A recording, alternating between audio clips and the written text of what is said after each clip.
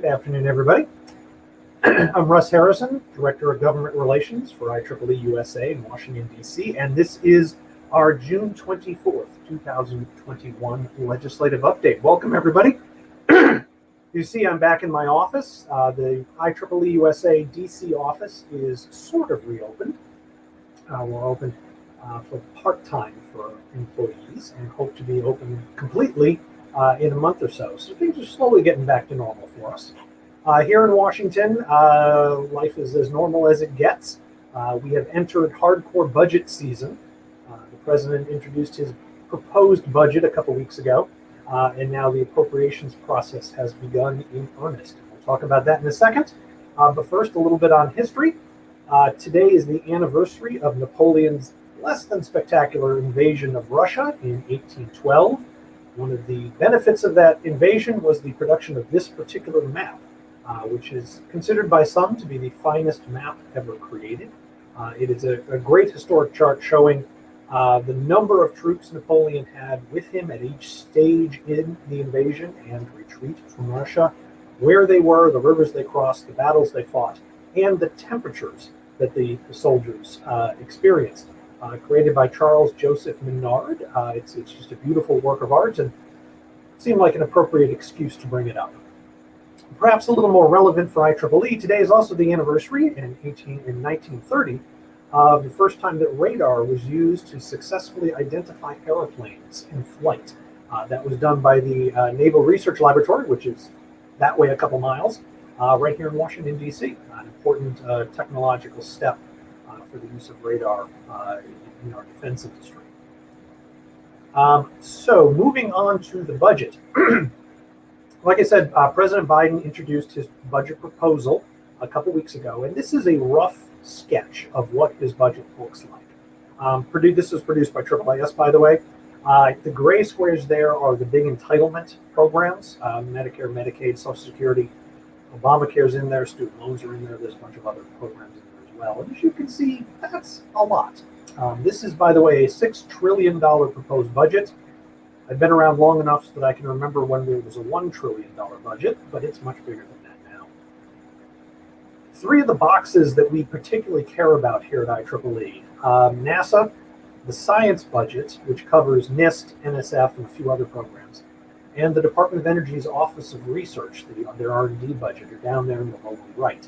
As you can see, they are significant portions of the budget, but certainly not the big expenses. IEEE-USA is also worried about parts of the defense budget, transportation budget, the other programs as well, and education and a few other areas as well. So this is what the president has proposed, and there's good stuff in here for us and bad stuff. And so I want to go through a couple of the details with you. Start with the good stuff. Overall, R&D spending is up significantly in the president's budget. This includes up 11% for basic research, applied research up 13%, R&D facilities up 11%. That's a budget that IEEE-USA has been particularly focused on over the years. Overall, R&D spending up nearly 9% to $172 billion, significantly above our all-time high in absolute dollars, which is all quite good. NASA's budget up about 6.5%. Department of Energy's Office of Science at 5%. Office of Nuclear Energy, interestingly, is up 22%, which is a lot in any context, which is interesting because other parts of the administration have actually been discouraging investments in nuclear energy. The president's budget is investing heavily in nuclear energy. It's a little more complicated than that, but it's not that uncommon to have presidential administrations, particularly early in the process, not quite on the same page, which seems to be the case there. NSF, National Science Foundation budget up 20%, which is a lot. NIST up 44%. IEEE-USA has been a big champion of NIST on Capitol Hill, so we're thrilled to see that the Biden administration is prioritizing. Within the NIST budget, industrial technology services is up an amazing 167%. These are all the various tech transfer programs. You'll recall from previous updates that the Endless Frontier Act included authorizations for a good amount of spending on tech transfer programs, and it's nice to see that the president is supporting those programs through his budget request. So there's some really big numbers in here, some very good numbers in here. Fortunately, that's not all of the budget. When we look at the DOD budget, the numbers are quite concerning. Basic research, that's budget line 6.1, down 14%. That's a cut of $343 million. Applied research, 6.2, is down oddly exactly the same amount, which is unusual, which represents a decrease of just under $1 billion. And advanced technology development, 6.3, down 11%, which is down $860 million. Overall, DOD S&T research is off 13% from last year, which represents a cut of $2.131 billion. Even in the Defense Department budget, that is a lot of money. So then the question is, what's going on here? First thing to note is that we don't know how Congress is going to respond to this yet. The president's budget's been out for just a little while. Legislators still kind of figuring out what's in it and what they want to say about it. We've started to talk to Hill folks, but they really haven't focused on this part of the budget yet. The thing is, Defense Department spending overall is generally relatively popular politically, both here in Washington and with the American public. Spending on Department of Defense research is especially popular. Americans generally like this kind of work. It leads to good things like GPS and a bunch of other cool technologies. So this is an unusual place to have a bunch of cuts because these programs are usually fairly popular. One possible explanation that we've heard from a couple people is the president is playing a game, which all presidents play. What the president will do is, in order to keep their budget requests down a little bit, they will cut programs they know Congress will fund. So they'll cut some of the pet projects of the chairman of the Appropriations Committee, knowing full well that he or she is going to put all the money back. That allows the president to come forward with a more reasonable budget request while still not losing any programs. Except that President Biden's budget request is $6 trillion, which includes a humongous amount of deficit spending. So, $2 billion is a relatively small amount of that. So that seems odd. But that could be what's going on here. Have to remember, Congress is under no obligation to even look at the president's budget request. For the last 4 years, really the last 8 years or so, Congress, in fact, hasn't paid hardly any attention at all to the president's budget request, and they've just done their own thing, which they are entitled to do. But this is a Democratic president in his first year with a Democratic Senate and a Democratic House. It is likely that Congress is going to at least pay lip service to looking at the president's budget numbers, which is causing us some concern. IEEE-USA, like I said, we're already starting to reach out to people to express concerns about this. We expect to do more active efforts to make sure these budget numbers don't end up in the appropriation bills moving forward next month, right after the July 4th break. We look at appropriations legislation overall in Congress. Congress has just started really working on the appropriations bills. They typically wait until after the president's budget request to get started, which is more or less what happened this year. The House has started working aggressively. There's a couple draft bills that have been circulated, not the draft bills that we're particularly interested in, but they're starting to work on them. And there was a set of preliminary hearings this past week in the Appropriations Committee in the House to start the drafting process. The Senate is thinking about doing all of that. Because of the Constitution, the Senate has to let the House go first, so the Senate is almost always behind where the House is, and it is this year as well. Overall, Congress is way behind on the budget. They should really have been starting this process in late February, March at the latest. But this particular delay is actually quite common in the first year of a presidency.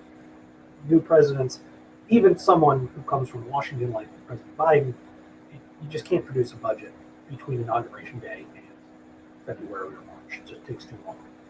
So it is usual in the first year of a presidency for Congress to do a behind schedule.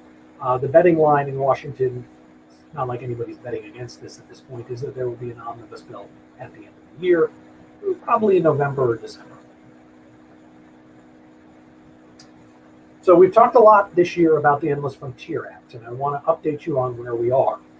Endless Frontier Act, you will recall, is the large research, technology research, and a few other things, which we'll talk about, bill that was introduced by Senators Schumer and Young last Congress and then again this Congress. It passed the Senate, although for reasons nobody seems to understand, it was renamed the U.S. Innovation and Competition Act, which is hard to say. So everybody is still calling it the Endless Frontier Act, which is what I'm going to do as well because I like it better. But the Senate has passed their bill. The House is doing something different. They are moving an NSF reauthorization act. That's the National Science Foundation Reauthorization Act, which is similar to the Endless Frontier Act, but it's smaller and it's different in a couple important ways. Most importantly, it does include a new technology and science directorate. The definition of that directorate is a little different than the Senate's version. And in general, IEEE-USA prefers the Senate version. But it does create a new thing to focus on technology, which is an important reform and something we are quite excited about. Moreover, the House had originally said they weren't going to do that. So the inclusion of this new directorate is a concession, essentially, to the Senate. The bill, unfortunately, the House bill contains significantly less workforce development money, and it targets it differently. One of the great things about the Endless Frontier Act in the Senate is that there's funds in there for workforce development for all Americans, from postdocs, graduate students, all the way down to not in college. And that's important, which we'll talk about a little more in a minute as we get to another bill. But unfortunately, the House version is almost entirely graduate school students, graduates and postdocs, a little bit of undergraduate money in there as well. But for any American, and this is most Americans, that does not go to college, there's no workforce development funds, which is, we think, a missed opportunity.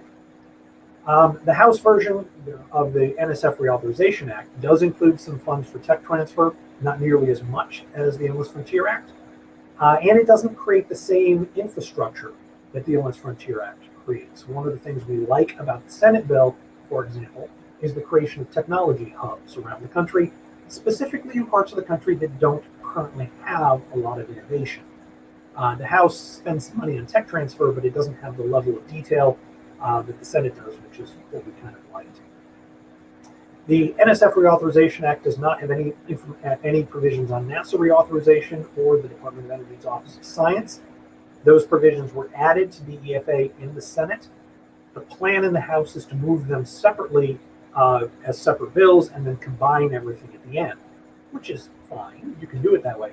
But it does make the process considerably more complicated. And that's kind of where we're concerned right now, is that the House has a bunch of competing bills. We have NASA DOE, the NSF bill, which are moving independently, plus there's 3 or 4 other bills that could be included, might be moved. And they haven't really decided how they're going to move this yet, which we can't go anywhere with the Senate bill until the House does whatever it's going to do. You will recall last time I told you the House, specifically Nancy Pelosi, Speaker Pelosi, has come out and said that the Senate Endless Frontier Act is unconstitutional. The reason she says that is that EFA, as passed by the Senate, raises revenue. And according to the Constitution, all bills that raise revenue have to start in the House, which is true. However, being unconstitutional does not mean it's dead. What is going to happen at some point is the House and Senate will conference. The House will bring whatever it ends up passing to the table. The Senate will bring the Endless Frontier Act. But the Endless Frontier Act can't be the final vehicle because it is, as Ms. Pelosi pointed out, unconstitutional. So what they're going to have to do is take the House bill, whatever that ends up being, and make that the compromise vehicle. It just needs the bill number and the legislative history behind it. They can change all the text. But doing that, by framing the debate to start this way, it strengthens the House's hand in that negotiation with the Senate and makes it clear that ultimately the House bill is the one that's going to pass, although that bill doesn't necessarily have to have any of the House text in it. But the claims of the EFA is unconstitutional, which it probably is a negotiating ploy designed to strengthen the House's hand, not to stop the bill, which is encouraging. So, getting back to workforce, the Partners Act has been introduced in the House. It has support in the Senate, although they haven't yet introduced it. H.R. 636, introduced by Congresswoman Bonamici and Congressman Ferguson, a bipartisan bill, is designed to start strengthening our worker training programs for people who don't go to college, not exclusively, but typically. It does that by encouraging private companies to invest in worker training programs. Clearly, some of the people that take advantage of these programs will have college degrees, they're not excluded, but a lot of the benefit is designed to go to people who don't go to college, which we think is fantastic. The programs could include apprenticeships, internships, at-work training programs, any sort of alternative education program. Companies would receive tax breaks for setting them up for their employees, which is great. The reason it's great is based on a study that IEEE-USA helped create. Approximately 60% of jobs in STEM fields, these are jobs where workers require a certain knowledge of the STEM fields. About 60% of those jobs don't require college degrees. And getting those people and having those people available is absolutely essential for the economy. Innovation is fantastic, and coming up with great new research programs and great new technologies is wonderful at our universities and at our national labs. That is part of the reason we have universities and national labs, to come up with great new ideas. But those great new ideas they don't reach their full potential until we can move them out of the national labs and into American society, where they can create jobs, businesses, products, treatments, technologies, services, whatever it is that they do, to improve the lives of average Americans. That transition from lab, university, to society requires an army of PhD scientists, PhD engineers, and an army of people who just know how to get stuff done. People who know how to run factories, know how to run machines, who know how to do basic programming, to get kind of the work done required to make that transition. The United States has gotten away from training people without college degrees to take these jobs. It's a real missed opportunity for the economy. And so IEEE-USA is getting ready to endorse the Partners Act, and we hope that if these provisions aren't kept in the Endless Frontier Act, Congress can pass them separately, or at the very least express their support for them by getting behind this bill. Quick update on the Surface Transportation Reauthorization Act. This is not a bill that we pay an enormous amount of attention to, but it does have some provisions that we are excited about.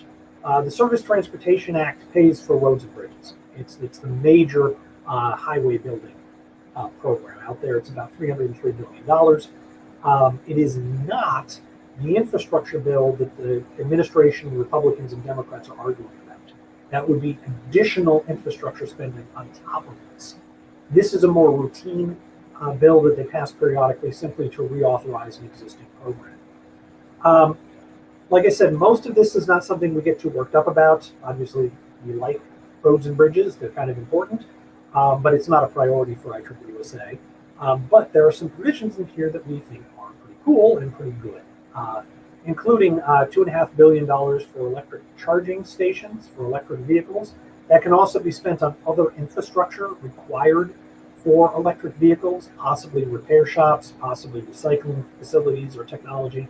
So that 2.5 can be spread out, but it's mostly for charging stations, which is a stumbling block to a more deployment of electric vehicles.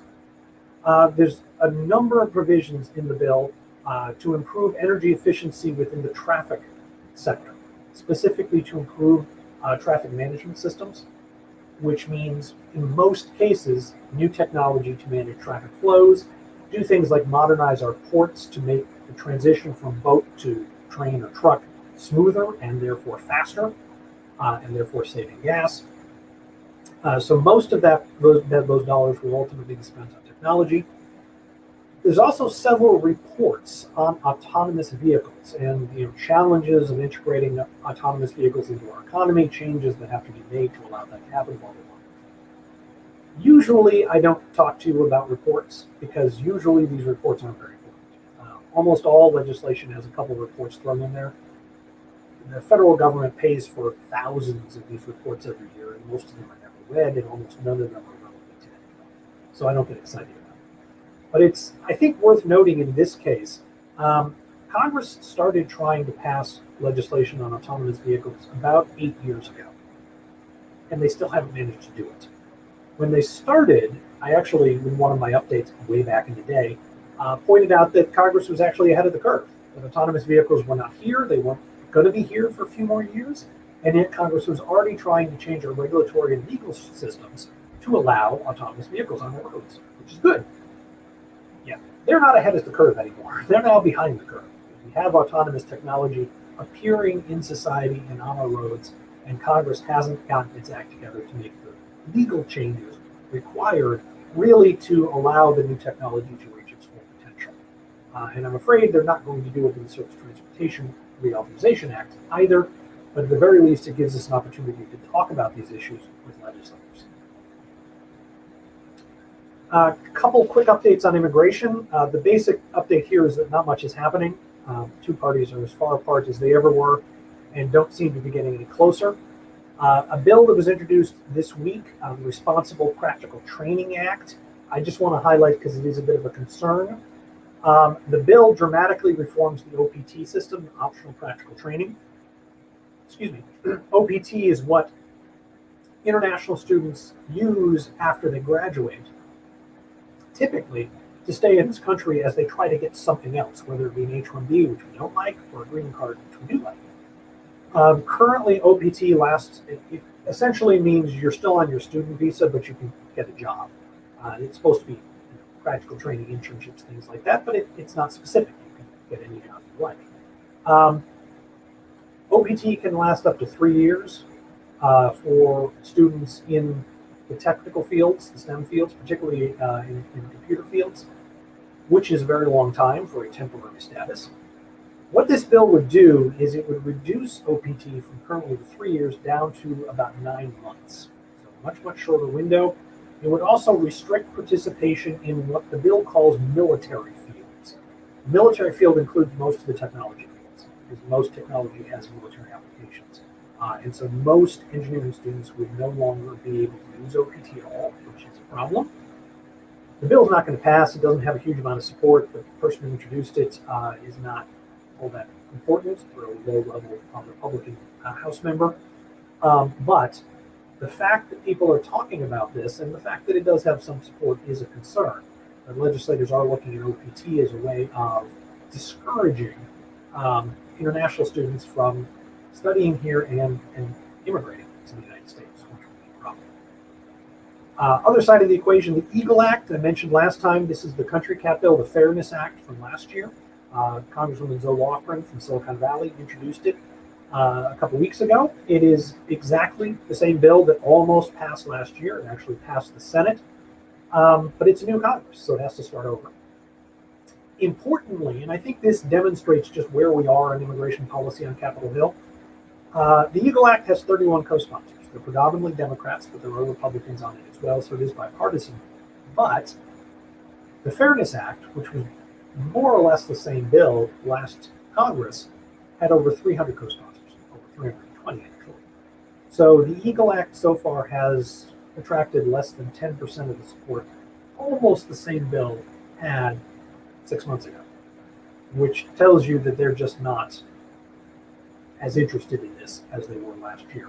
There is no Senate version of the EAGLE Act yet, although there's rumors that Senator Cornyn may introduce it, but at the moment, it's just not going anywhere. So a bill that came within half an inch of passing last year isn't really even being talked about this year. It's not like they're not doing anything, though.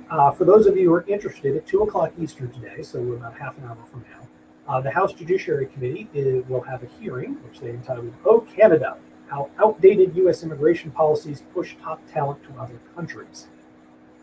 I'm not sure what they expect to accomplish with this hearing, but we appreciate them looking at it because this is, of course, a concern. The difficulty that particularly international students have in getting green cards does discourage them from staying in this country after they graduate, encouraging them to go someplace else, including Canada, where they become our overseas competitors. The hearing is at 2 o'clock. There's a link there on your screen if you want to listen in. The hearing will also be recorded and posted on the House Judiciary Committee website, usually within a couple days, so you can watch it down the line.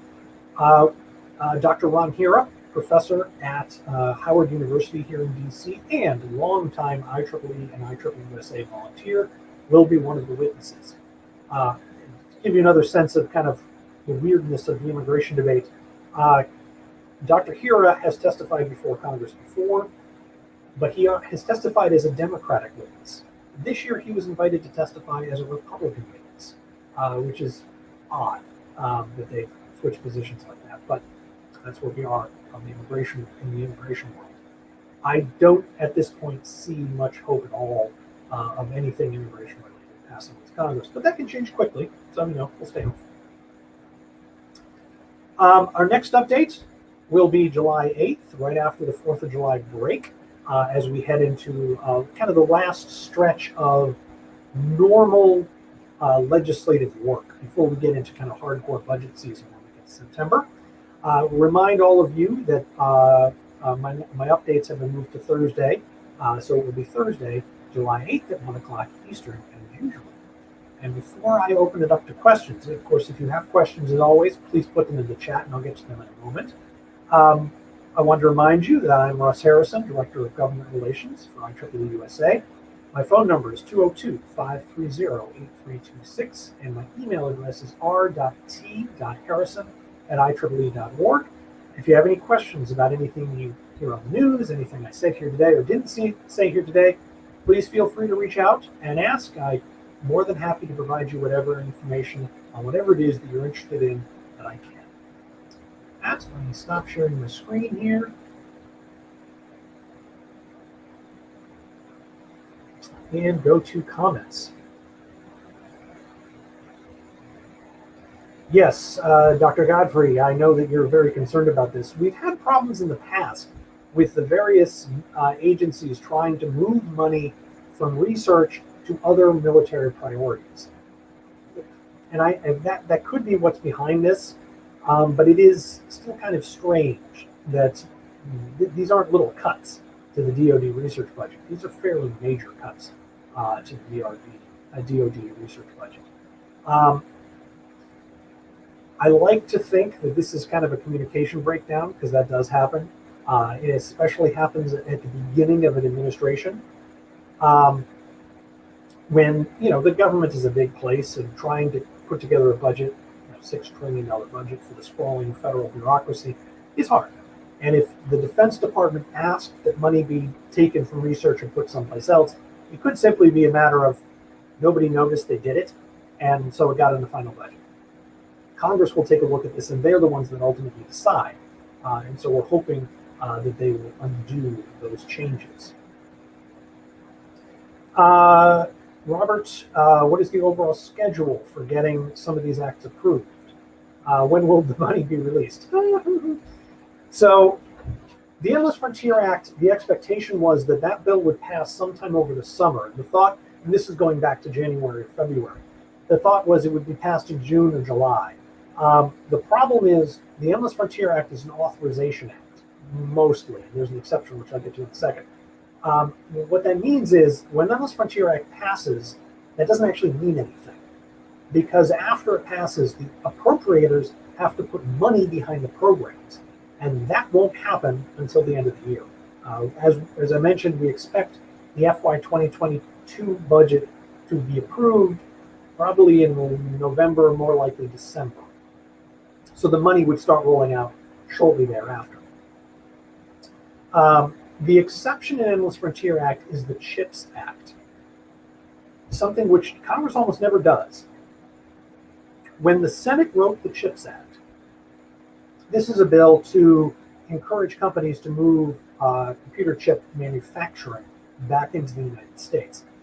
That portion of the bill actually is authorization language and appropriation language, which it almost is never done. If that language were to pass, the program would be fully funded essentially as soon as the Endless Frontier Act became law. And there's bureaucratic delays before the money starts rolling out, but it would happen reasonably quickly. That's not, we don't have a CHIPS Act in the Senate, in the House rather yet. We've heard from House leadership that they anticipate passing the CHIPS Act, but we don't know what it says yet, so I don't know if the appropriation language will still be in there. Other things, the Surface Transportation Reauthorization Act, we actually expect that to pass fairly soon, probably before the August break. That seems to be moving fairly quickly. The infrastructure bill, which I've referenced, which is getting a lot of news attention, is we don't even have a bill yet. We don't even have a budget number for that yet. If the White House and congressional Republicans and congressional Democrats can reach an agreement on what that bill is supposed to look like, it actually can move very quickly. But it doesn't appear that they're very close to reaching an agreement. So odds are that's also going to be one. The Partners Act is right at the beginning of its process. And so it's hard to tell if that bill even has legs yet. It's a good idea, so we're going to endorse it and we're going to push it. But it's a small bill, and small bills tend to get lost in legislative sessions like this. So if it passes, I would expect it to be tacked onto something, possibly the Endless Frontiers Act, possibly the NDAA at the end of the year, possibly one of the appropriations bills. There's lots of ways you could pass it, but I think it's going to have to be attached to something before it passes, and that won't be till the end of the year. All right. I don't see any other questions at this point, so I want to thank you all for joining us. I hope your summers are going well and are not too hot and sticky. Wish you all a happy 4th of July, and look forward to talking with all of you again on July 8th. Thank you for joining us today. I am trying to build a sustainable electronics industry. The things that we have just don't last as long as they used to, but they could. Every time a new gizmo comes out, we take it apart, find out what makes it tick. We need more engineers in the world. Engineers make the world better. They are designing the systems that keep the world working. So that's why I've been involved with IEEE-USA, is I want to see more kids get excited about engineering. We are working with IEEE-USA to create a world where repair is normal again.